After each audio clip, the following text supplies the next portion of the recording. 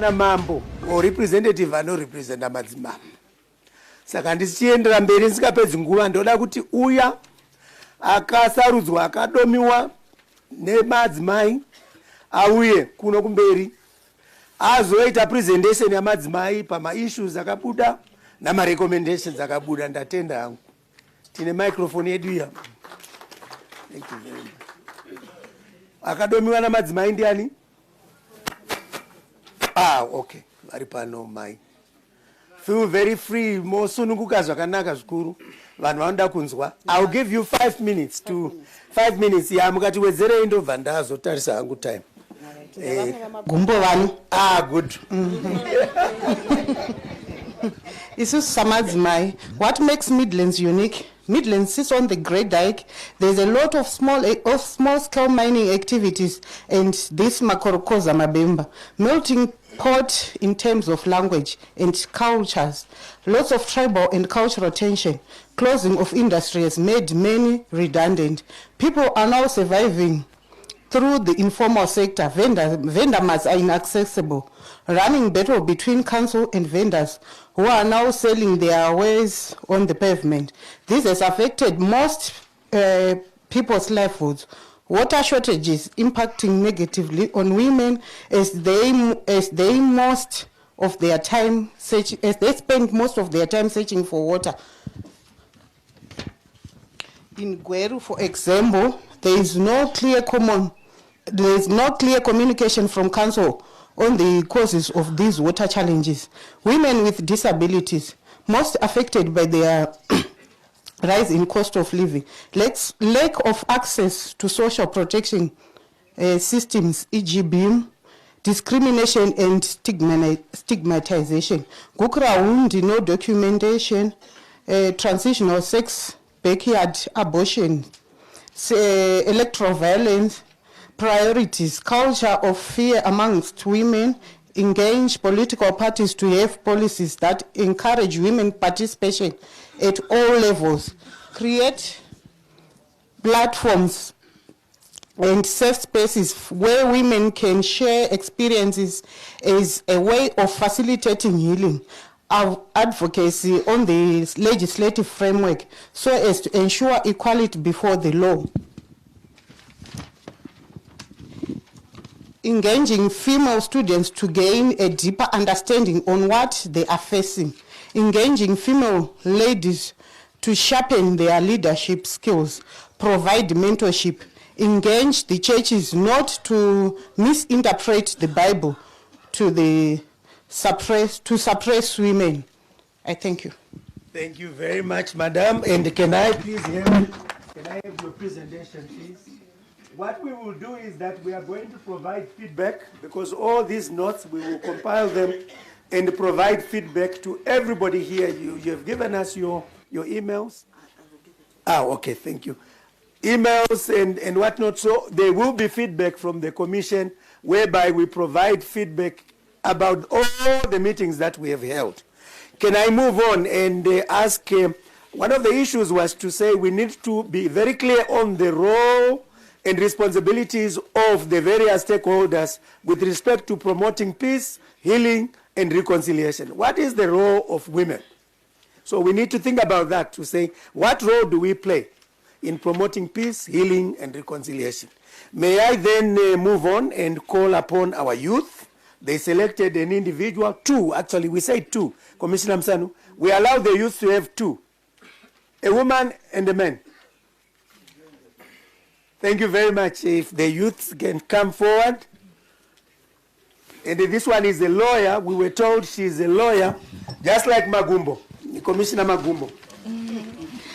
Good afternoon, everyone. So yesterday when we met up with the youth, we managed to identify a few challenges that we're facing, and I'm just going to list them. Then afterwards, I'm going to list the respective recommendations that everyone stated. The first one was education. They stated that our education has been contoured to teach someone to get a job. So they were rather asking that maybe the education system should be changed or altered in a way that improves or encourages entrepreneurship. Then there was also an issue of how sexual harassment and sexual abuse matters and various other gender-based issues are handled with regards to the police. I guess it was more of a matter of corruption. When people one of the youth stated that a lot of people that are empowered are exploiting young women in particular. So, for example, one could be sexually abused, or one could be coerced into getting a job through performing sexual favors to people that are empowered. So basically what people were asking for is that the ZRP and people that are empowered rather must make sure that justice must be served in all its respects. Other issues that were stated, we had an issue of distribution of resources. People stated that a lot of resources that are availed, for example, there was the issue of I think there was a bank, Empower Bank or something like that, that was supposed to provide funding to young people. People stated that you had to be affiliated to a certain political party in order for you to get benefits. So what the youth were asking for is that we want non-partisan, equal provision of resources. So if you are a youth, you are a Zimbabwean, because basically after the votes and the ballots have been casted, we all remain Zimbabweans at the end of the day. And we're all entitled to benefit from the resources of our country. So those were some of the issues that were raised. Yes, and then there was also the issue of unemployment, and I must say I was rather very impressed with how the youth articulated this one, because people were able to acknowledge that unemployment is just not a Zimbabwean issue.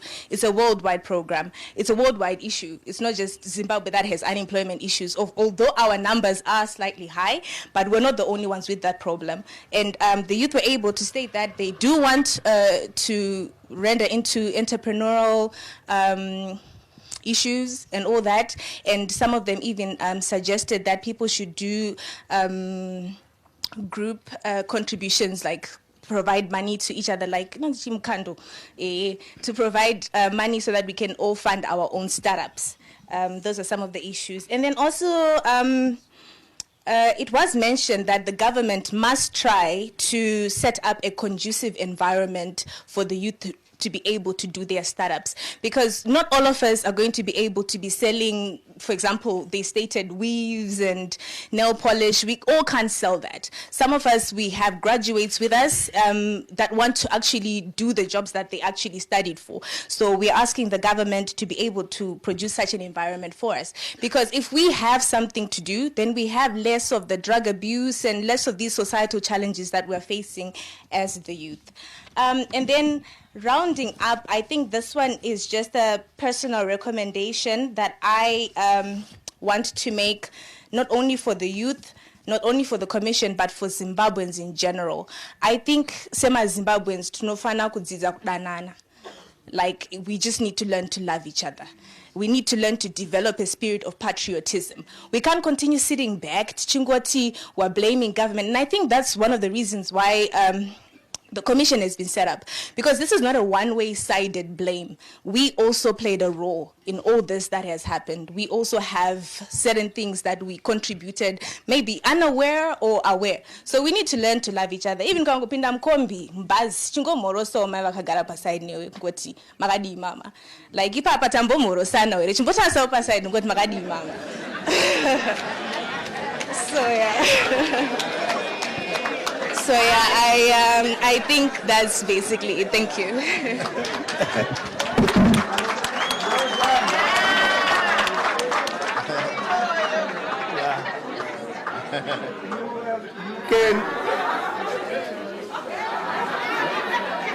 You can see the youth are very positive, and honestly, for us, it will develop our country.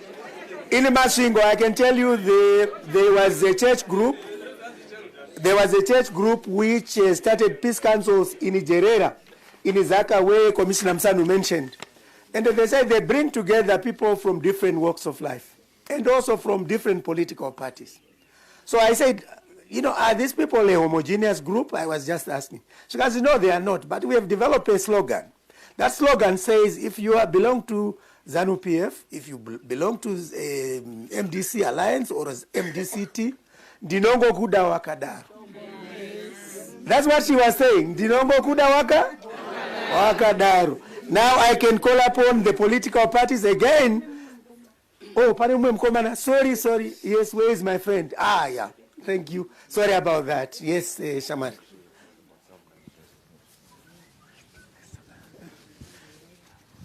Okay, maskati. Hanzvadzi yangu akanaka stere kwapedza zvizhinji zvatakadiscussa pamusoro pezvazvo sema-youth, but imwe point yatachida kuti tingokumikidza zvedu ndichingota maybe summarize zvaambobata nezvazvo inyaya yakanangana neagenda ye-NPRC yekuti isusu sema-youth by virtue of kuti constitute about 60% of the population. We are the most affected, particularly mu Midlands province. Saka taitarisa role yema-youth mu peace and reconciliation, whereupon we looked at the cause and effect. Saka pazhinji zvabata nehanzvadzi yangu ndofunga kuda ndichangoedha 1 or 2 mapoints, asi ndichatanga nekureza kuti chii chinokonzera kuti ma-youth azove involved stere kunyaya dze-peace and reconciliations. Chekutanga chimwe chatakaona ndechekuti kune issue yetechnology. Mazuva ano nenyaya dzezvivhitivhiti nemadandemutande akawanda akauya, tikuona kuti ma-youth mazhinji akunzi ndo digital generation, which means 90% of their time inopedza iri various social media platforms, and ndo pavanowana influence yezvinhu zvinokonzera kuti vazove involved munyaya dzeconflict. Nichipa ipapa ndingangotora muenzaniso wema-disturbances akaitika kuEgypt nekuNorth Africa a few years back, ainzi ma-Arab Springs. Zvakaongororwa mushure meongororo netsvakiridzi yakaita kuti zvikuru sefoni yashandiswa yanzi BlackBerry ndo yakacontributa chaizvo kufambisa kwemashoko ekuti vanhu vapinde mumastreets vachikonzeresa uye kupandukira hurumende dzavo. Munomu tine madisturbances akaita kuda makore 2 kana nerimwe apfuura, takazotosvika pakuti Minister of State Security vakamanikidzwa nesituation kuti vatombodhingura mafambiro anoita mashoko pasocial media because zvanga zvakufamba zvanga zvakuabuse for the wrong reasons. Saka takaona kuti ipapa ma-youth sezvo generation inowanzoswera ichitamba iri paWhatsApp, paTwitter, Facebook, Instagram nepamainternet, ndo imwe vanofurirwa kuti vapinde vave involved munyaya dzesocial media. Saka tiri papa recommendation yakazorezwa ndeyekuti pamwe cyber security bill rikaactivatwa rikanyatsoiswa richikwenenzverwa richionekwa kuti harizosviki pakuti riabuse vanhu kuti vasashandise social media zvisiri izvo. Imwe factor yatakaona sema-youth kuti role yatinoplaya kana kuti yatinowanikidzwa tiri mairi munyaya dzeconflict nereconciliation inyaya yepolitics. Sezvanambotaura kuti 60% yepopulation yedu inowanikwa iri kuvanhu vechidiki. We find kuti across the political divide ma-youth mazhinji ndo anosenzesa kuti vaite dirty work nema-politicians, maybe for one reason or another. Ma-politicians anoshandisa mari kumanipulate ma-youth either through vachivapa ma-hard drugs, vachivapa zvinodhaka nedoro, vachivapinde mustreet vaite violence. This comes from the background of ma-disturbances akaita, I think this year and late last year, pakazosvika pakuti ma-youth angapwanya mashopu evanhu, ma-tuck-shop, ma-toll gates, ma-police station, and pakatoti zvakatozosvika pakuti vamwe vakarasikirwa neupenyu, including ma-police officers vanga vari paduty rekuchengetedza runyararo. Saka it was discovered kuti tipe recommendation yekuti kozvingabatsirike sei kuti ma-youth asange achive involved stere kunyaya dzeconflict idzi, kuti tingangoshandisa vedzichechi dzakamapato akasiyana-siyana sezvo vari vanowanzoteererwa kana vachinge vachitaura. Then zvinhu zvakaita seimwe vehicle inokwanisa kushandisiwa futi inyaya yesport. Ndingape muenzaniso wezvakamboitika kuSouth Africa muna 2010. Vakahosta World Cup and yakaonekwa iri nzira yakakwanisa kubatanidza nekuunganidza vanhu against the background system yeapartheid yanga iriko kuSouth Africa, hondo dzemarudzi nekusiyana kweuganda. Asi takaona kuti pakahostwa World Cup sport yakakwanisa kuti ibatanidze vanhu. Saka seimwe recommendation iripo ndeu sezvambotaura nehanzvadzi yangu kuti at least ma-youth azhinji havasi unemployed, saka hurumende ikakwanisa kuti ishandisewo masports seimwe nzira yekuti ma-youth asiri employed vange vachiwana zvekuita, zvinogona kubatsira kuti vasawanika vachiita misikanzo inozovasvitsa pakukonzeresa mhirizhonga nekufuririka kuita zvisina kunaka. Chimwe chechikonzero chatakaona sema-youth chinokonzera kuti ma-youth ave ari involved munyaya dzezveconflict izvi inyaya yema-ethnic differences.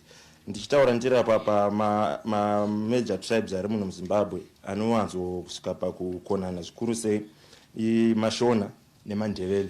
Nofunga tichitaura kudai takambopa muenzaniso wezvatinosangana nazvo kana tichienda kubhora tinoona matches maybe between Dynamos and Islanders kuti sometimes animosity yachona it goes beyond nyaya yekuti Dynamos kana ndewe Islanders. So pakazopiwawo muono futi zvakare wekuti vanhu vanofanira kuti mayouth anofanira kunge achidzidziswa zvikuru sei achishandisa machurch organization. And sezvakambotaurwa neumwe muzvinafundwa taive naye akati no muti unotwasanudzwa uchiri mudiki. Saka naizvozvo pakaitwa urongwa hwekuti pamwe vana vachiri kuchikoro maybe from a tender age like primary, secondary right through to tertiary institutions vakanga vachidzidziswa maybe kune dzimwe nyika vanoita maprograms, deliberate programs national service, so that in the course outline panenge pane mayouth anenge achidzidziswa mavalues ekuchengetedza runyararo, ekuda nyika yavo nekushandira nyika yavo sezvo tinoona pacoat of arms yenyika yedu, unity, development and freedom. Saka we need to wrap up. Thank you. Thank you so much. All right. Saka rega ndipedzisire ndichiti imwe zvenzira yakaonekwa kuti inokonzeresa conflict zvikuru sei kumayouth inyaya yekuti pari kunzi pakashayikwa public apology. Zvikuru sei takatarisana nyaya yegukuraundi inonyanya kutaura nezvayo kuti mayouth anenge achingofungisira kuti dai pakange pakaitwa public apology kune vanofunzi ndo vakatadza neavo vakatadzira vachona kuda zvingangobatsira kuti going way forward vanhu vanogona kubatsirana. Izvi takazoonawo zvakare tichipa muenzaniso wemadisturbances akamboitika kuRwanda. Saka semayouth takangoona sekuti Rwanda muna 94 kwakamboita genocide yakatyisa pasi rese. Saka asi pari zvino tinoona kuti Rwanda nyika iri kuverengwa muno muAfrica kuti ndo yedzimwe nyika iri pamberi zvikuru panyaya dzeeconomic development nation. Saka isusu tichiteedzerawo vision yaHis Excellency yePresident yeVision 2030 tinoona sekuti pakashandisa modo seyakashandisa kuRwanda ndinoona sekuti zvingatibatsira. Thank you very much. Yes, we need to collect these recommendations. Please, we will collect them. And I want to thank my friend. He was in one of the meetings I attended. I think clearly the issue of ethnic intolerance comes in. And in the Midlands, we're told that there is diversity. And when you look at countries like South Africa, when you look at America and so forth, ethnic diversity is not an issue. It's the strength of all those ethnic groups. You go to America, you've got Irish people, Polish, Germans, you've got English people. But when you ask them, they are an American. So I think we need to look at this issue. But also, even if you come home and to ask a question maybe here in Midlands, to say, Vana Mofu na Nampofu, are they the same people? Yes, they are. They're the same people. So why is there a problem when I can say kuna mofu, manem tupo mwe? But it's just we are now raising that thing to become an ethnic issue. And you can name other ethnic groups that are in the same story. Vanangwenya, where did they come from? As an example, they came from Zimba. And the story is well known by research. So researchers, we don't read and so forth. Let me go on to the churches. And you see some of these issues, they are all converging. Many of the groups have come up with issues. They've come up with recommendations. They seem to converge.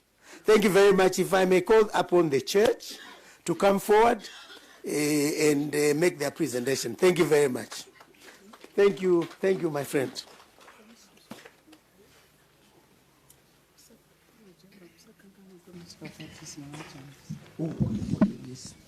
I'm sorry. Isusu as a church discuss tikaona zvakasiyana zvizhinji zvacho takaona kuti isusu as a church taimbonongedzera kuma political parties, taimbonongedzera kuma activists, taimbonongedzera kuma groups evanhu akasiyana and also involved groups iyayo.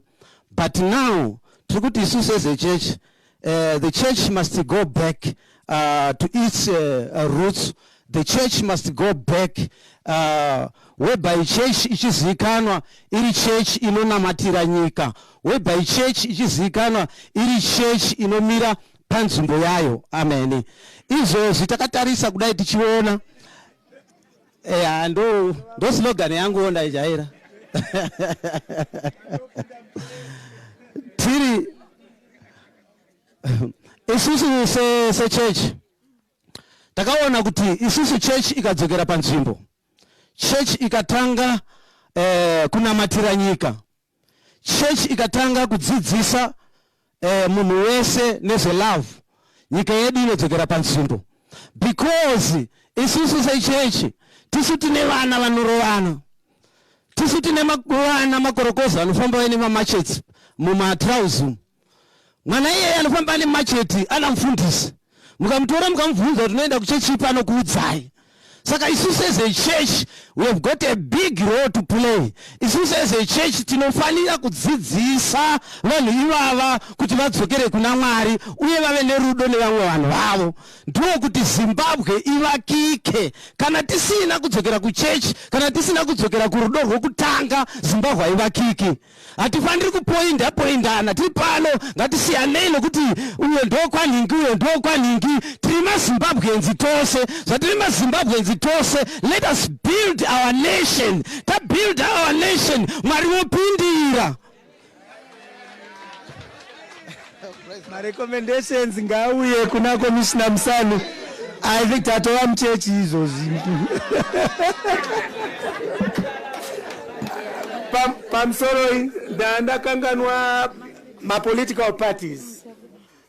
Munoona commissioners nenge zvawandisa vanodarikira vojamba zvimwe zvinhu. Ma political parties ngauye forward. Oh, ndimi. Okay, yes. Nyaya yakaitika apa ndeyekuti ma-commissioners akaona kuti property inonzi ningi ngaipresente hazvizoiti why ivo. Saka vakamba vatsvaga an independent body, an independent person, which was me. Thank you very much. What makes Midlands province unique? Ndo chinhu chakatanga kuwaniswa nema-political parties. Is one, geographically, is Midlands ndo heart yeZimbabwe.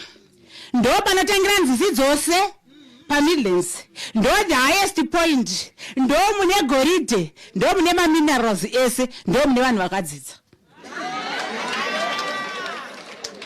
One positive thing that we discovered is ma political parties paanga akagara vaiye vakasangana. First thing in history. Vai vakati vaimwe pati vendunda ndodhe vai vakangogara vari pamwe chete vasiya tsika iya yekuti pachikona. Pava kutaurwa, the first issue was the rule of law to be effective. My commissioners, once the rule of law is no longer effective, some people are now above the law, especially panyaya yemakorokosa.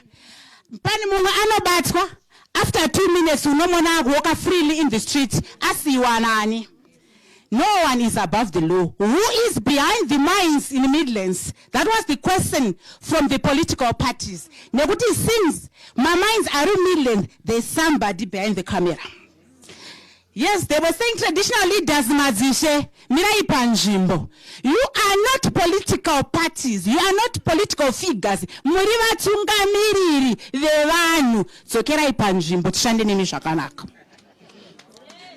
They were saying again, tinema public holidays atinoziva akafanana na Independence Day, Heroes Day, etc. You can mention. Hatiregeze kufika ma political regalia. Ngatiendese vana veZimbabwe tisashaiko kuti koti ripa because rufamba say nema slogan society.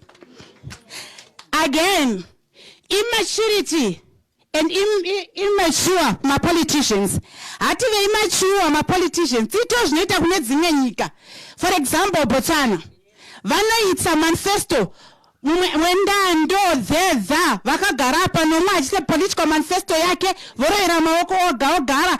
Ma rallies avo pasina no disturb mumwe. Together as one. Vachivaka nyika yavo.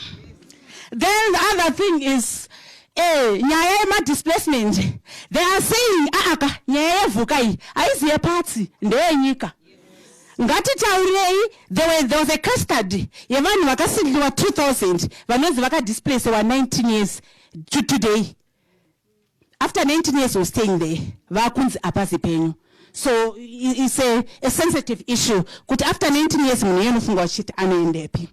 and about the large vast farms ane vamwe vanhu mumwe munhu asina, question marks. Then they were saying again, Midlands inadiwa ine upfumi wacho uri kuende piko kone nhaka yatiri kubenefitawo vana veMidlands kana tirisu tine goridhe kana tisine koromo kana tisine dzidzo kana tisine nzisi. Okay, then the other thing was as the political parties ngatiitei tive pamwe chete, tishande pamwe chete, nyika ndeyedu, tigare tiri pamwe chete. Then they said about fear, there's fear and victimization inogona kuitikwa. Ngati recognize the constitution, freedom of association, the freedom of speech. After the speech, I must have freedom after the speech. Then they said, they identify one thing. They said, commissioners, we want victims to be identified and the perpetrators of violence, then a dialogue to be done. Thank you, Mashita.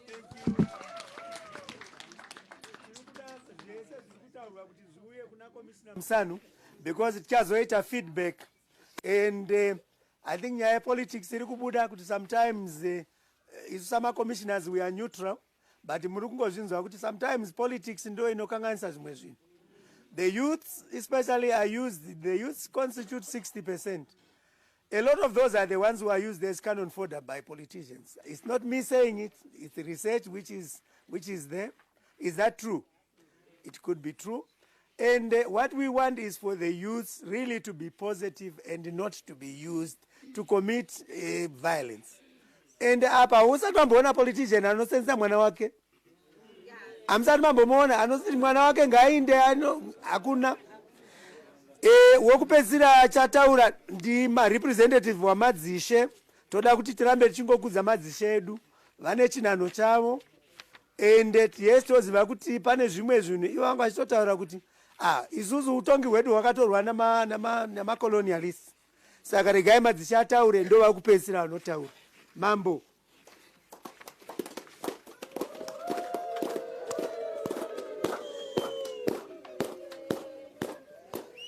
Ndinduna. Taurai nduna. Oh, havana mic. Oh, okay, sorry. Taurai nduna. Ndiyatenda zvikuru, Commissioner, and I really love what has been happening here, because at least kana vanhu vakasangana vakataura vakasununguka. I think that's where we are going to start to build our Zimbabwe, which will like everybody. Andrika, because nhasi ndanzwa ndichifara zvikuru zviri kuitika panapa, zvandifadza zvikuru. Saka as a representative from the Midlands Provincial Council of Chiefs, saka ndafara zvikuru, and I've learned a lot. Kuti isusu maybe pane pamwe patiri kufamba chiti aiwa tinogona, but pane vamwe vanhu vanenge vachiona sengati hatisi kugona. Saka ndofunga ipapa tofunga kumbotaura tione kuti tingabatsirana sei. Then isusu as chiefs from the Midlands, I think we've agreed that we are going to work with the NPRC so that we achieve peace in Zimbabwe. I know that without peace in Zimbabwe, we won't go anywhere, because for anywhere in the world where development has happened, it started with peace. Andika. Saka nhasi ndafara zvikuru kuti at least muMidlands tavagamuchira commission iyi. And ndofunga tichanyatsosevenza tiri tese ma-issues ese ataukwa panapa ne all these representatives who have been here before me. I think they've almost summarized what I had to say. Saka inini, the simple thing which I will say for us all is our Zimbabwean problem can only be solved as Zimbabweans as one. Datenda. Mambo was very, very, very quick, and he didn't spend a lot of time. But I think honestly what he emphasized is unity, which is very important. We as a commission appreciate that even when you look before elections, during elections, after elections, and about 2 months ago, our president went to Bulawayo without a speech and met with the Bulawayo collective.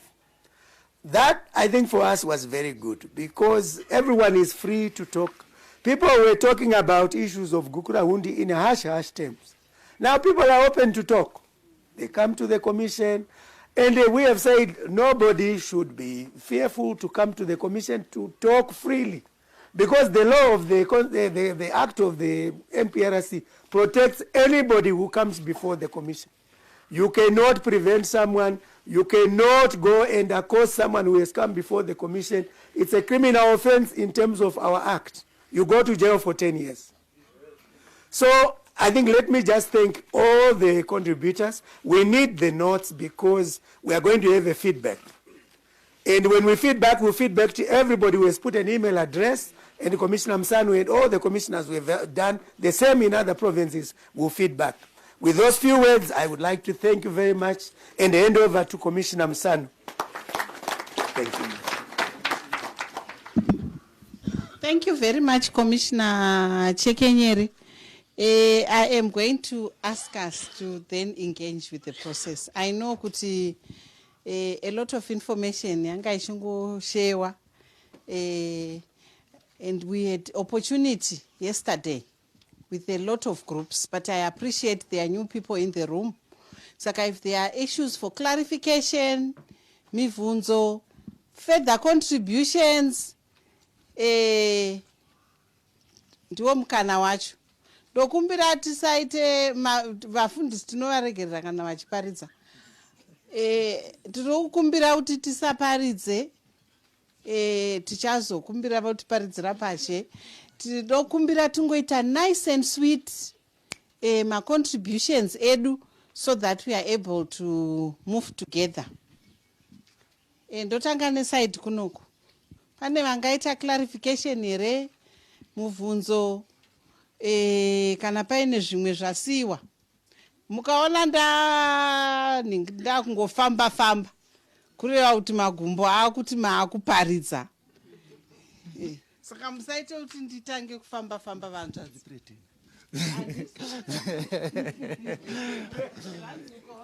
Thank you. Thank you. Firstly, I want to thank the NPRC because for the first time, my friend Choga Akatsunga Otai because I've never seen him Akasunga Tai for the time that I've known him. Sakamugodzoka kutago sosunga Otai futi. Okay, pane pamataura kuti rule of law. There's also a problem with it. There are times when we rule by law. Saka, I think my problem. Then in observation Zatauro Nachoga about cyber security, I would think I don't think it's the solution to suppress social media in the way that we did. But to separate fake news from genuine news, because suppressing social media I don't think is the solution. Then is the suppression of social media, okay, that one is done. What adequate supportive intervention is to the commission? What adequate supportive intervention strategies do you now have in place to ensure that both victim and perpetrator are assisted in finding closure? Because mamboti mimi tisati tauya kuvanhu takatanga tameka short taanema systems ekuti vanhu vabatsirikana. So the question is, what is it that you have in place? Then lastly, all right, thank you.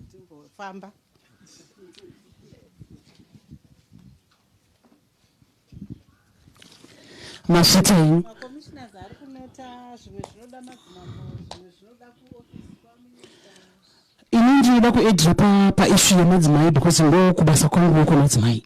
What I want to add maybe is to let the commission or you, the commissioners, to know that the mother ndo the custodian of everything.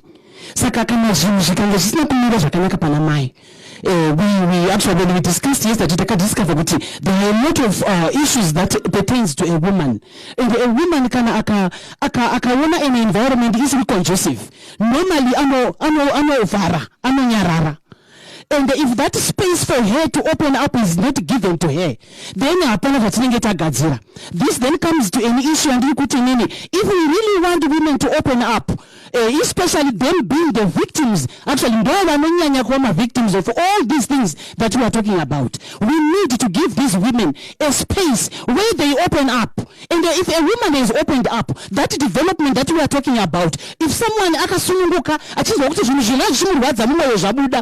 person opens up to reality, and the development that we are talking about will actually become real, because a woman has been given space, she has opened up, that which was in her has been opened, and then she is opened enough to really say it out, and the development will be real, because the development made by a woman, that way, is real. Ruvako rwedu isu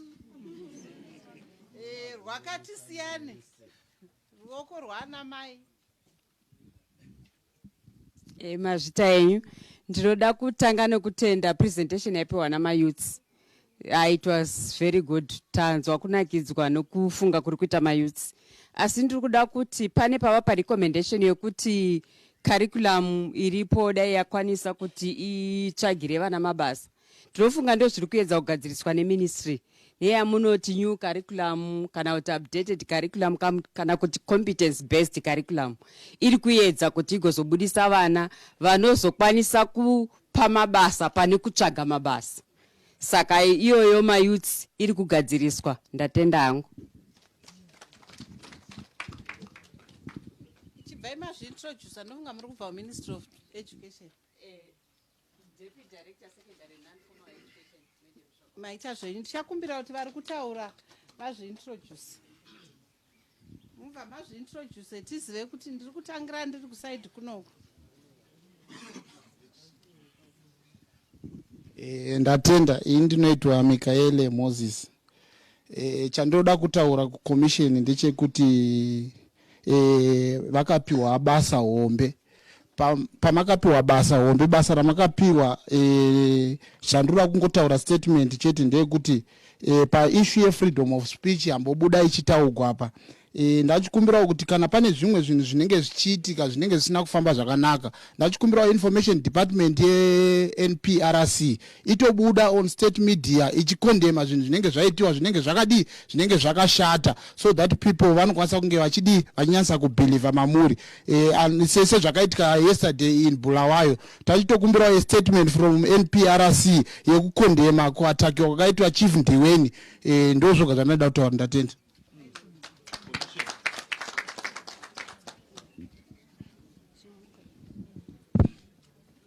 So, Rofina pedzisa Midlands of the Blind. Isusu se vanhu vari disability. Tinosangana nezvinhu zvakasiyana siyana mu Midlands muno. Dzimwe nguva tinoshaya kwatinowana rubatsiro. Kazhinji kana tiri pavanhu tinokanganikwa. Vanhu vanokanganwawo kuti kune vanhu vasingaoni vanorarama neurema. Saka tikukumbirawo kwamuri sevakomishina kuti isusuwo mutirangarirewo, mutionewo patinenge tiri, patinenge tasvika. Imi vanhu varipo ndimunenge matova ziso redu, ndimi vanhu vatinenge tichitotarisira. Tine ma-issues akasiyana siyana tinosangana nawo. Social welfare inobatsira inini munhu asingaoni, but tine vana vanenge vachienda kuzvikoro, vanoda kuendeswawo kuchikoro, vanoda kudzidza. Social welfare inoti inokwanisa kungobatsira inini munhu asingaoni, but mhuri haikwanisi kubatsira vana. Saka zvese izvozvo zvinhu zvatinosangana nazvo. Tine vanhu vakawanda vane zvavanoda kubatsirwa nazvo, vanogona zvinhu zvakawanda, asi tinoshaya kwekuzvitura, because pese panenge pachiitwa zvinhu zvakawanda tinenge tisingava involve. Saka zvese izvi tiri kudawo kuti mutibatsirewo nazvo. Thank you.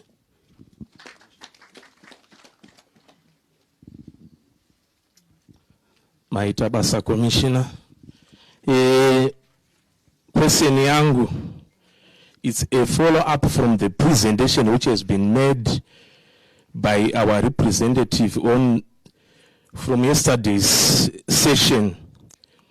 Panzi pane vanhu vari kuitwa displaced from the farms. You as the commission, How best are you going to solve this? It's a quiz, it's a matrix I'm giving you. The people were displaced in a constituency where they had already casted their votes as registered voters. Now the same law that which we are reading and interpreting is classifying those voters as illegal settlers. Is peace going to be fostered in such a given scenario in that specific particular constituency in respect of those who are competing, as well as the electoral college, as the commission? How best, Madam Commission, are you going to? So, as a layman, I can say, there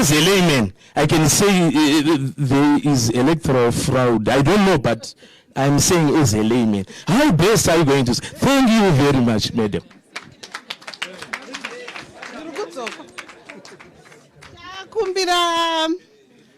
My commissioners, Tangana Deputy Chair, please respond to any of the questions. Anzi nditange kupindura muvunzo wapedzisira kuvunzwa. Ndofunga ndataura patanga tichitaura kuti one of the functions yeCommission ndeye kuresolve my current conflicts. That's izvo zvamataura izvozvo is already a conflict. That is the first thing. So the Commission, in terms of the NPRC Act, is obliged to respond to issues like that by facilitating the resolution of that conflict. I also spoke about the role of the Commission to make recommendations even for prosecution or recommendation for change in my policy. So again, and I think my brother, if there are issues like that, ndofunga ndataura zvakare kuti commission yave ne complaints and investigation a thematic committee that can urgently be utilized to ensure that commission inogona kuya pa ground and look at that issue. That would be my response. And let me take opportunity to respond pani zvataurwa zve space yemadzimai. Iro ndorangu patataura kuti putting victims at the center also means creating safe spaces for women. In fact, I think in the next few weeks we will be coming kuenda kuno create those spaces dzekuti madzimai agone kutaura nyaya dzavo vakasununguka. Iroro you hold me accountable. That is very specific to what I am expected to do in terms of Section 9 of the NPRC Act. Section 9 inotaura kusununguka kwemadzimai kuti vange vachiva involved in the peace and reconciliation process. And iyoyo hatina choice kuti tingango mutemo wakatiti tinotofanirwa. So that will be done. And the Commission takes that seriously. And I think the related question is also the issue of safety security for victims and witnesses. I think I want to say one of the issues that was identified pataitama consultation was the culture of fear. Tikataura, ndinozoita say, we know where we have come from as a country. And the reason why we are in the process of setting up a victims architecture as a commission is to ensure that we can guarantee safety and security for victims and witnesses. And additionally, as a commission, we have started, in fact, we started last year to engage all the state institutions to ensure that we are able to implement the NPRC to the letter and spirit of the law. So and again, that is something that sits directly under my thematic committee to ensure that victims are safe. And the commission is doing all it can to ensure that. And at katisina even mukano kuita zvatiri kuita pano. So I think we also need to acknowledge with small steps, but steps anyway. vanhu vari kuti vanhu vagone kutaura tichikurukura zvakaitika tichitaura even dzimwe nguva nemazita. We have not so far had incidences where anyone has been followed kuti takakuona kumeeting yeNPRC akasungwa.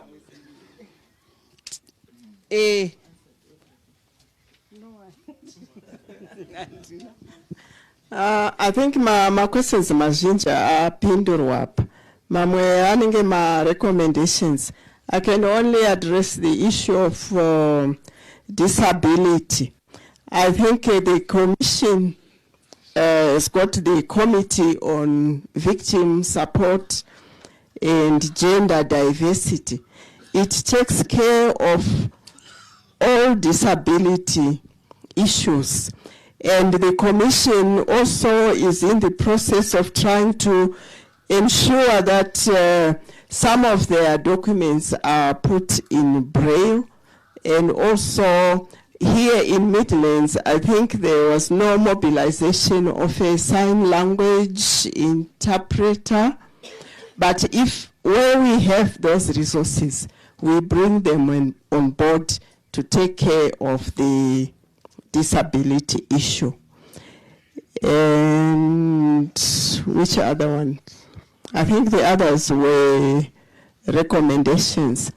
Perhaps the person who said rule of law versus rule by law, I'm not sure what exactly you had in mind, but as far as the Commission is, I think the rule of law has come out as a recommendation that where something happens, then rule of law should be applied in order to ensure that justice is done. And that is in the purview of the Commission. The other one, I'm not sure what it means. Thank you. Thank you. Just 2 points I wanted to make is somebody issue of Chief Ndiweni. Clearly, in terms of intolerance, you can see that sometimes we need to learn to tolerate each other. Even Mumbacha mukaita vana avazofunge zvakafanana vese vanotaura zvakasiyana siyana, saka issue ye intolerance, but also to accept diversity, because we are not going to be all the same, even in Mumbai. Saka diversity and tolerance of different of people who might speak differently, think differently, do things differently. The last point I wanted to make was on the issue of land. I think we must also be aware that there is another commission called the Land Commission. So disputes are resolved mostly if there is a dispute of land. It can also be resolved in the Land Commission, but you are free to refer your matter to the commission, to bring your matter to the commission, and the commission will say, please also, you can go to the Land Commission. Thank you very much. Thank you. Just also to buttress the issue of Chief Ndiweni, I again need to emphasize that we have a conflict prevention thematic committee. And last week, the commission responsible for that committee was in Blawayo, setting up a thematic committee. And I think that is where that issue is being looked at. And I think it will be communicated even through the media in terms of what the commission will do or is going to do. Because we also are not going to be just, I think the commission, for us to understand, we're a constitutional commission, without investigating and understanding what the issue is. I come to this side.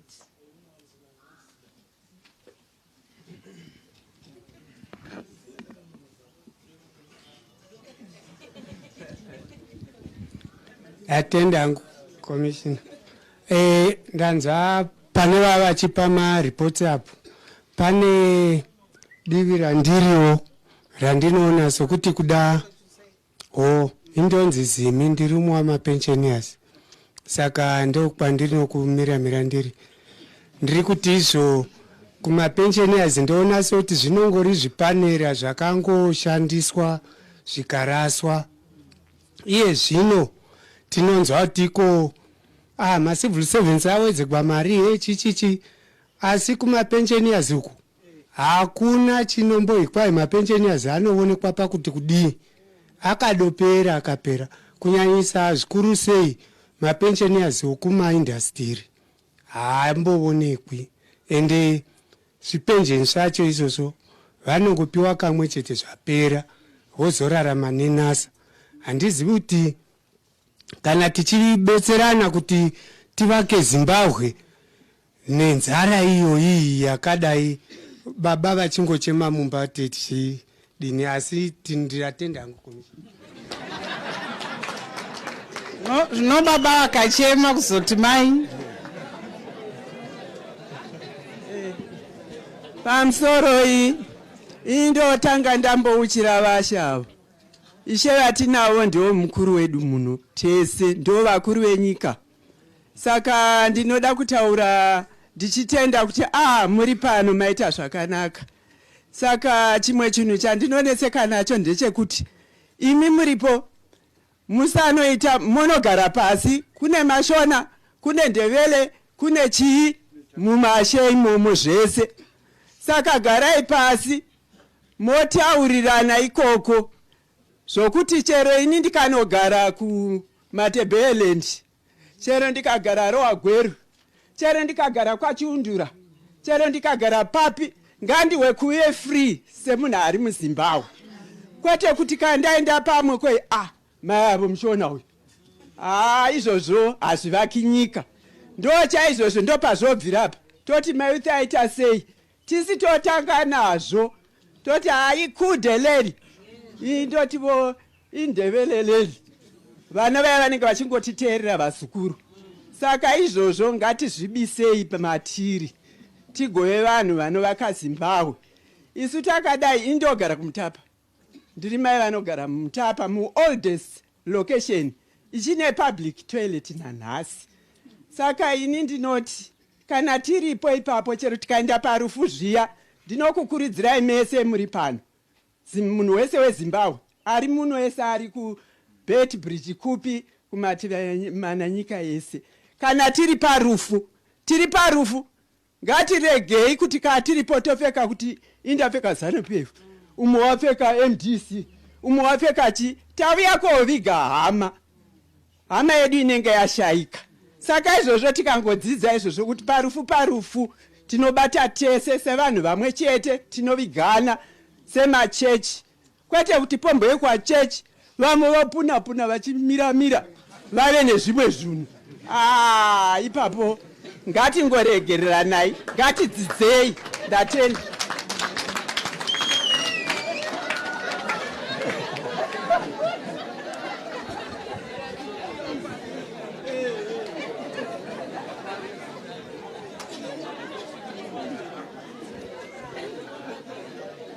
Good afternoon. My name is Michael Frankis. I just want to make people aware of the provisions of the Constitution of Zimbabwe. I think it's in Section 10 where it says that it's each and every citizen and institution of this country to promote national unity, peace, and reconciliation. So again, now with this commission which has been set up, I think some of the things, just sharing some of the questions which have been asked from people there to say, why didn't the commission do this like on Chief Ndiweni's thing. I'm just trying to understand from the constitutional point what this committee was set up. I think it was more of a national healing of things which had already happened. Like we're saying now with these thematic committees which have been set up. So I wouldn't expect it to be like a policeman going out and just investigating things as they come on current things, because there are some things which have been left outstanding like for 18 years. And those things there, if they are not dealt with, they're going to continue to harm this country tremendously, because even all businesses and matters and things like that, they've all been held up by some of these stuffs which have been highlighted there. Especially, I think we all know about the Zedera thing. So this commission has got a very big task, and the earlier it can sort these things, this country can get onto the road of further business, because there's a lot of hindrances on that. And also, I'd just like to ask about these committees, which thematic committees, which you say have set up. Have they been already appointed?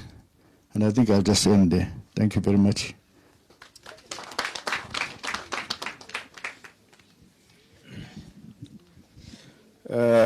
Thank you very much. Ndichakumbira kutendawo madzishe. Ndichikumbirawo zvekare kuti madzishe panyaya ye-healing, national peace reconciliation, vabatikane zvikuru nekuti ndio vanogara nevanhu. Nguva ino haisisiri nguva yema-emotions, asi yava nguva ye-healing. Saka zvairi nguva ye-healing, zvatinenge tichibudisa unga umbo kana kuti chiwe vanhu vakasangana nezvavakasangana nazvo, ngavazive vachizviziva, vataurirwa nemadzimambo kuti tiri kutarisira kuvhara mavanga, kugadzirisa magariro atashungurudzika tiri. Saka naizvozvo tinenge tichitarisira kuti vanhu vasava emotional, nekuti hakuna munhu anogona kumutsa munhu akafa izvezvi, asi tikugadzirisa kuti kanganisika mune zvakaitika vave nekugara nevamwe vanhu, vave nekugara nevakavakanganisira. Tozouyazve pama-political parties ari kumuka neachamuka. Ndakachikumbira kuti kana pane ma-conflicts akaitika munyika, ngavasashandisa ma-conflicts akaitika munyika sema-mileages ekugaina kuti vazikanwe nevanhu, asi ngavatsvage zvavo zvinogona kuti zvivaitirewo zvinogona kubatsira ruzhinji rweZimbabwe. Ndozoenda pama-churches. Ma-churches tiri kumbirisa kuti pama-churches panguva dzakadai ngakuve nema-ceremonies kana kuti ma-gathering ari concerned nezvatanzwa pano, mapastors anogona kuzvironga kuti tizive kugashira zvakaitika zvoda kugadzirisiwa nezvichada kugadzirisiwa zvichazoitika zvichigadzirisa nezvakaitika, asi ma-churches ndio anogona kubata izvozvo. Ndatenda. Short. Okay, ndonzi Mthulisi Nyoni. Ndinoda kukomenda panyaya ye lack of alternative communication system iripo muZimbabwe. For example, take my media houses atinawo nema newspapers. Uchaona kuti, for example, shatagwana choga ma-Arab Springs yakava result over reliance on traditional communication spaces aripo, of which iyo burden yaanayo usually nema priorities ari pakugenerate income nemari through advertising and stuff. So ndiri kuti as a way commission yangashandisa kubridge that information communication gap iripo, let them lobby for enactment or licensing of community radio station. Ichaita kuti at community level, since this exercise is going to down community level, bachava engagement facilitate dialogue within my communities. Awareness space, that safe space can be found within the victims and the victors. Bachita through my dialogues in my communities hour. That then becomes easy. Also, even misinformation report. Like for example, now someone might think kuti misinformation panoshanda political affiliation kuti wane loan, but kusawana ruzivo pamusoro pezvinhu zvavangodaro nekusaziva constitution iripo pakati pema-academics edu. No reason why we have an incompetent academia. We have my youths are educated and are learned, not educated. Asinga understand my state functions ne mitemo. But why are free? It's because investigation process is still ongoing. Hasati arms are free. The constitution even provides that. I'm not a lawyer, but I understand that. So communication system, complement, supplement my traditional communication systems. Agara aripo. For example, communication radio stations. Agara tatobe now. I don't go to licensing. Thank you. My recommendation. Kana makutaura motoona kuti muri kutipa recommendation sangotudza zvakashata nezvakanaka. Okay, thank you. My name is Tobias Sarachio, and on behalf of young people, I think I need to make this clear before the commission. So many peace processes have failed in the past because of two reasons. One, exclusion of young people in the formal peace processes, and number two, lack of ownership by young people in these processes. And here is my submission. For this NPRC process to be successful, taking into consideration inclusion of young people and ownership of young people of the process, number one, I think the NPRC, you should push the government of Zimbabwe to localize the following two policy briefs. Number one, the United Nations Security Council Resolution 2250, a landmark document which for the first time recognizes the positive role that young people play in building peace and conflict resolution. And number two, you need to push the government to localize the African Charter on Democracy, Elections and Governance, which also encourage member states to create spaces for young people to stimulate their participation in the peace processes. Thank you. Amuweka.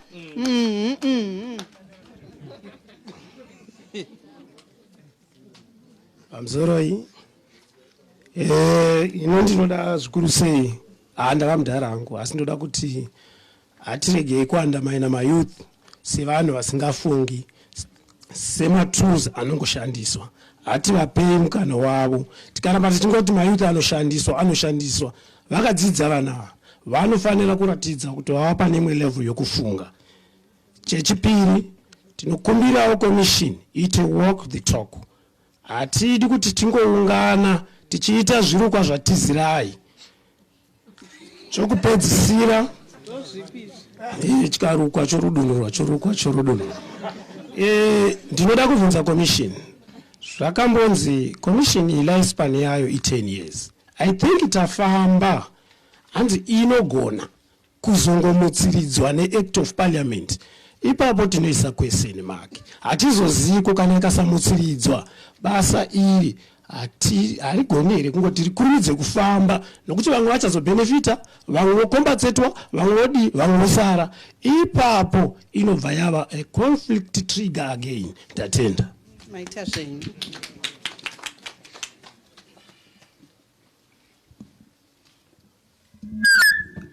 Mazvita, inini question yangu ndafara kuti pane mapastors and nemachiefs, because kana takutaura pane mavictims, pane ma-unsaid victims. Tinoti sekuti paitika zvinhu zvakaita sekuti gukura hundi, even chimurenga chaicho. We find kuti pana namai vakabatwa chibharo ende vakaita vana. But vaita vana vachona, sezvo tinoziva tese tiri vanhu vatema, kune mweya inoteverera. You find kuti mwana wachona yeye akazvarwa ndiye ari kuaffectwa nezvinhu zvakaitwa nababa vake. So as a commission, zvinoitawo kuti tipromote peace and on the spiritual side. Tingaita sei kuti vana ivavo mavictims asingazivi kuti chii chakaitika anobatsirika sei mukurarama kwavo, nekuti vamwe vanopenga because baba vane zvavakaita panguva yegukura hundi kana kuti panguva yehondo.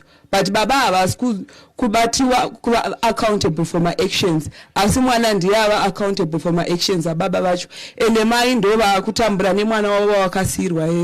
Ndatenda. Ndinofara kuti tine machechi, tina mambo pakati pedu. Ndofunga this is inyaya yeculture ne-spirits. Pamusoroi ndinoda kuti nditaure pamusana pegukura hundi ira. Ini ndanga ndinomuono wokuti problem iripo ndeyokuti tese tiri kutaura on behalf of those vaka-affectwa, because I think to hear it from the horse's mouth ndo zvinogona kuti zvisunungure nyaya iyoyi kuti ikwanise kuti igadzirisike. Why not the government go to those who were affected individually? Because tongoti munhu ari affected unongozvoona muma-TV kuti zviri kunzi tinofanira kuregererana. Yes, we were affected. Ndakagara kana kuti uri kumusha uri kunzwa mumanews uri kumaruzevha kuti zviri kunzi itai chakati, iwe wakatadzirwa uchiziva. You will to ask yourself kuti why can they approach me? Sekuti because zvinozikanwa if you go through madzishe masabhuku kumusha vanenge vachiziva musha wekwanhingi wakapisiwa kwanhingi mombe dzakanzwai zvakati zvikati everything zvinotozikanwa zvinhu inyaya iri pachena. Saka I recommend kuti government they visit those people individually vonyasovahila vari vega as families. It will take us through kuti tipedze nenyaya iyi than kuramba tichingoopena mahunzu. Ndinotenda.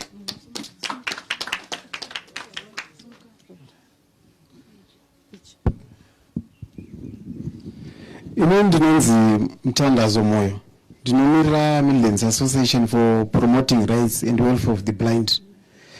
Pane zinonga ndangokumbirawo commission kuti itibatsirewo kuti inange pane trigger chaiyo inenge yakonzera conflict. Ndoda kutaura kupa muenzaniso sekuminda uko kwatiri. Zvaitika ndezvekuti Ministry of Lands yaipa offer letter munhu anenge awana munda. Then chairman we political party nenyaya yekuti anenge achibelonga kuna rimwe political party rine simba anobva agadzika munhu seni ndiri victim unogadzikwa munda mangu then oenda unowana offer letter. Saka macases akadai akawanda evanhu vaigadzikwa muminda yevamwe vanhu kubudikidza nachairman. Tikaenda kuland commission inenge inoti tagadzirisa nyaya yemunhu achabviswa akagadzikwa munda mako. Asi kuti abviswa vanenge vachiti kuda tomirira court order, hatikwanisi kumubvisa pasina court order. Ende zvinotora nguva zvokuti kubva patangwa land commission patova netime vachingozi vachabviswa asi zvinenge zvakangodaro tichingonetsana ine chingoti iyoda wabva munda mamu wakagadzikwa nachairman iye wachiti ndine offer letter yandakapiwawo. Saka maconflicts akadai anoda kuti agadziriswe kumunda. Ndatenda.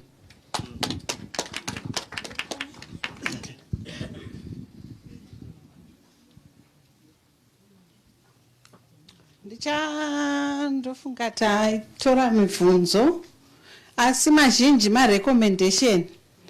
I hope commissioners anota recommendation. Ndoda kuti ningotaura nenyaya lifespan. Ndofunga kana tichiziva maitirwo anoitwa mitemo inobva kwatiri isusu vanhu. MaZimbabweans akati anoda NPRC ine fixed lifespan 10 years. Ndo zviri muconstitution izvozvi.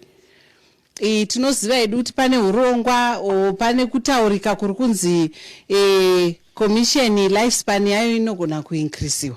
Isusu hatigoni kudecide. Recommendations anobva kwamuri.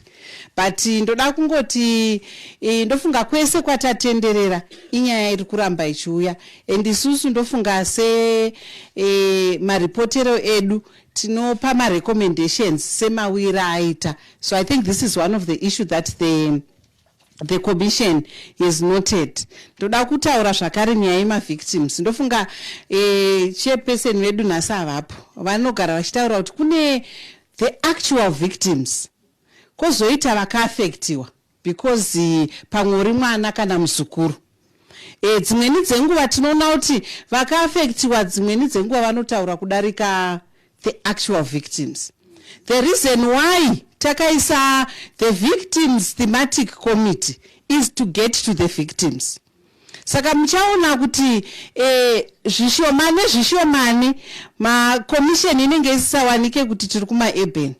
Donzvo recommission nderekuenda kwakaitika zvinhu and engage with the victims. So that is why tatotaura pandataura paya kuti commission yakati we are going to put victims at the center.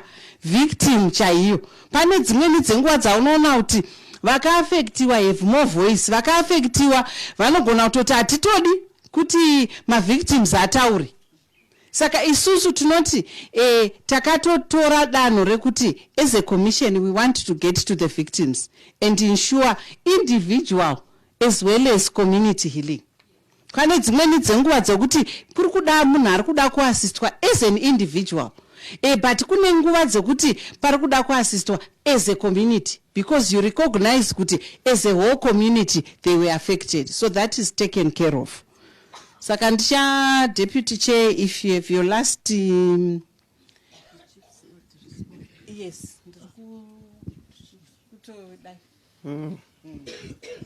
Anyway, I've been asked to make my final remarks on behalf of the Commission.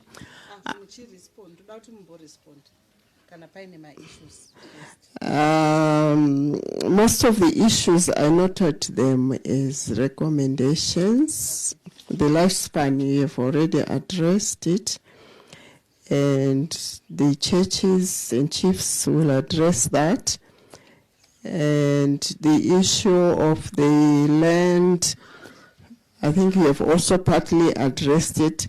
But I think you need to understand that as a commission, there will be a lot of issues that will come to the commission. But this commission will not necessarily address all those issues. There may be issues that will be referred to gender commission or to land commission or human rights commission or anti-corruption commission.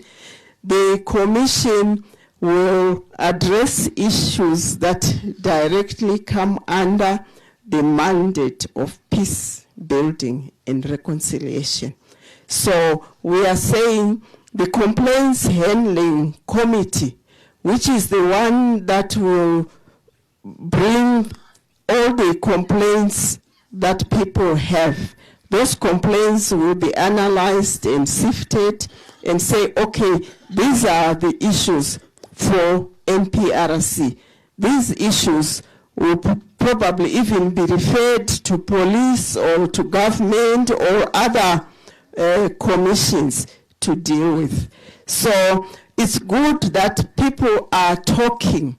I want to emphasize that the role of this commission, which I'm actually seeing happening here, is that people are beginning to talk.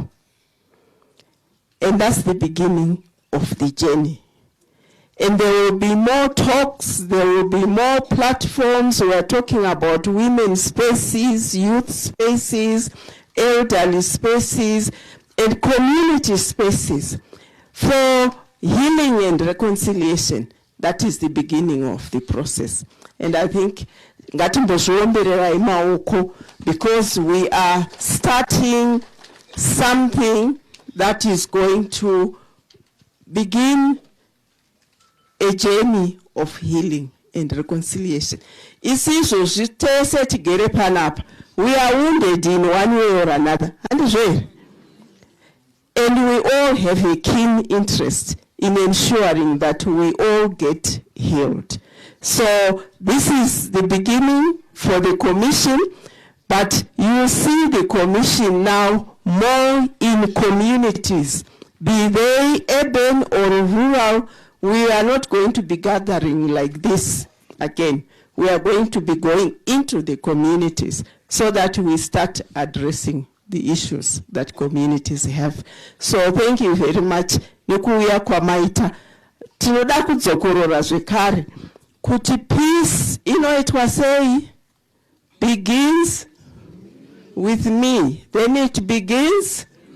Ngatisumudze tose maoko tingoita izvozvo to conscientize ourselves. Aiwa chireka ndipedze vatosumudza maoko kuti ara vanhu.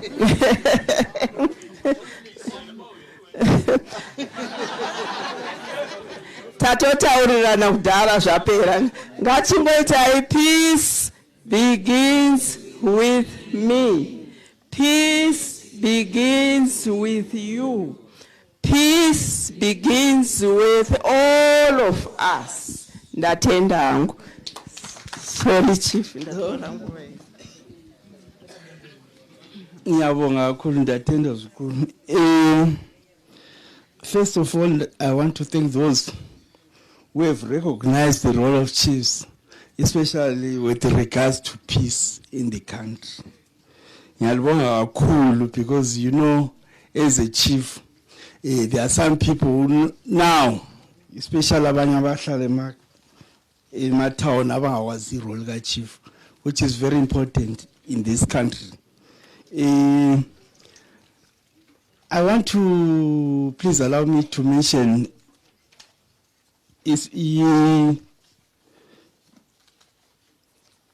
a presentation from one of the youths that got me thinking that yes, if all of our youths in Zimbabwe can be or have that mentality which was given by that girl, I think our country will move forward. Our country will really move forward because Tina, as traditional chiefs, we teach Ubuntu. You know, that's where we are. And if you see a chief, that's where our culture is grounded. Saga, I really respect that and I thank you, my young lady. As traditional leaders, coming to the question which you posed to us as traditional leaders, I think Kanansika Kanganis, we've got an open door policy. Anyone is free to approach a chief anyway, his own chief or the other chief next door. That I can assure you. Any problem which you think I might address, and I address a lot of problems, I am very open, and my colleagues, I know they are all open.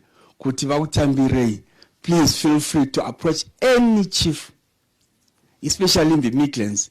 Some of us are kuluma, tawakona nukutaura, saga I don't see any problem in approaching a chief and presenting your problem so that we solve our problems together as Zimbabweans. As I said, last time I said, Zimbabwean problems are best solved by Zimbabweans themselves. We cannot go and ask for a prescription from someone who is somewhere else. Maybe you won't understand our problem, but we ourselves will understand our problems better than anyone else. Thank you. Maita henyu mambo. Ndichakumbira tofunga tavhurirwa ne two issues which were not answered. I'm sorry to extend your time. I'm very quick. Yes. Somebody asked about pensions. There is a difference between the NASA pension and the private company pension. And I know during the time of inflation, if your pension was not converted from Zim dollars to US dollars, you would get nothing. My father-in-law worked for Coopers, the animal health company, for 35 years. When he left Coopers, he had absolutely nothing. But there were companies which then decided that long back, they converted their pensions, these private companies, I think my brother was asking about private companies. They converted the pensions to US dollar denominations. I worked for one myself. When I left that company, my pension was well over 50,000 US dollars because the company had decided long back to convert. If you didn't convert, you had $5 as pension. There's the issue of NASA. NASA surely needs to review the $80 which they pay to pensioners. The last issue was somebody asked about provincial and district committees. I think it was one of the people. Those have not been formed. The commission, all they've done is to come up with the draft terms of references and the draft structures. But those will be finalized in the provinces where they are happening. Thank you very much. Maita henyu Commissioner, sakaini samagumbo we Midlands. Handichakutenderei kuti titange round yekutaura. Tine urombo. Asi ini sachepeseni wekuno ku Midlands. Chivimbiso changu kuti this is just the beginning of the dialogue, and I will give you, if you want, I'll give you my details, and if there are specific issues that you want us to follow up, issues that you want us to take care of, issues that you think we need to know, and how strategies that you think in the province will be effective, please do let me know. My number is 0772 100 50. Vanogona kunge vaida kusiya suggestions, you can drop them at Musasa office here in Kweru. I will get them. Saka tavhurirwa na baba, ndinokumbira tivharirwe na mai. Ndozvinotaura constitution. ndoda kuti zvanzi tisati tapedza ndoda kumbogarai ndokumbira Titus hanzi wapuwa task namai. Thank you. Indapiwa task yekuti zvandambotanga zviya handiti kase vazukuru handiti vazukuru veMidlands ndizvipedzise tisazvigumisire munzira handitika. Saka task yangu ndeyekuti mundibatsire handitika kutenda ishe vedu vagresawo this platform. Saka ndichapfugama futi handiti sezvandamboita paya totanga kutenda. Alright. Moteerera ka zvandichitaura handitika. Alright. Alright. Emashas. Embugwa. Enjongwe. Ezolivas. Siabo.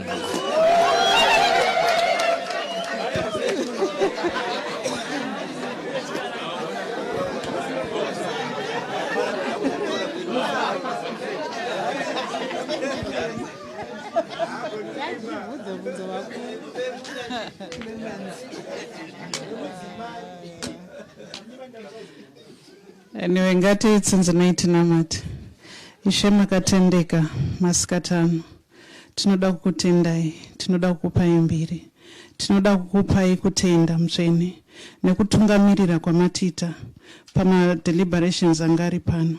Tinotenda Jehovha kuti mweya wenyu wakamusa Jesu kubva muvakafa wanga uri pakati pedu mukutsvaga kuporeswa kwemoyo yakaputsika, kutsvaga kuporeswa kwendangariro dzine kurangarira kusina kunaka. Mwari tinongotenda panguva ino kuti zvatadeliberata pano Mwari imi manga muri mukati mazvo chifambai nesu Jehovha muprocess yekuporeswa. Mufambe nesu mutsvene makatendeka Baba kusvika tasvika pakugutsikana kuti tese taporeswa. Father, in the mighty name of Jesus, I commit this gathering unto your hands for your healing and reconciliation of Zimbabwe as a nation. Tinongokutendai Baba kuti patichazosangana zvekare Baba tichienderera mberi neurongwa hwokuporesana Baba munenge muri pakati pedu zvekare. Mifungo yedu ive mifungo ine chidonzo chimwe chete chokutsvaga kuporeswa. Baba, takupesana takubva pano tichienda kudzimba dzedu. Fambai nesu Jehovha mutsvene makaroma Baba, mugozovazvo nesu patichasangana zvakare. Muzita raJesu Kristu ndinamata nekutenda. Amen. Tibatane maoko. Unoziva kuti unogona kutogara usingatodishira kuguma ari padhuze pako.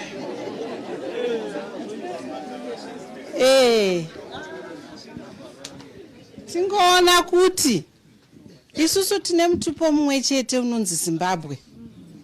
Ndichakumbira deputy chair slogan yavatanga kuita ndisati ndavati vaite kuti vaidzokorora. Ngatiite tose mutupo wedu nemantra yedu tichiti peace begins with me, peace begins with you, peace begins with all of us. Ngatichitai nemutauro wedu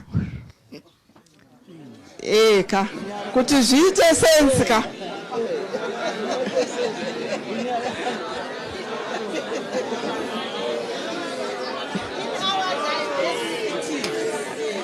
Ingotaura nelanguage yako yauri kunzwisisa ipapo loud and loud and loud. I won't lead you to start runyararo.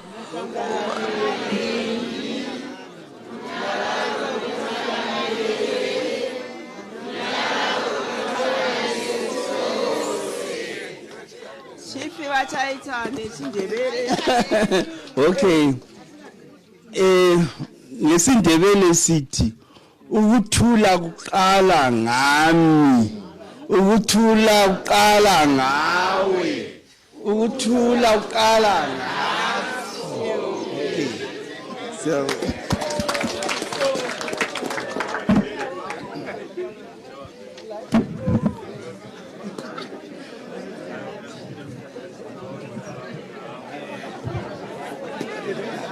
mind because I'm picking up Nyasha. Right.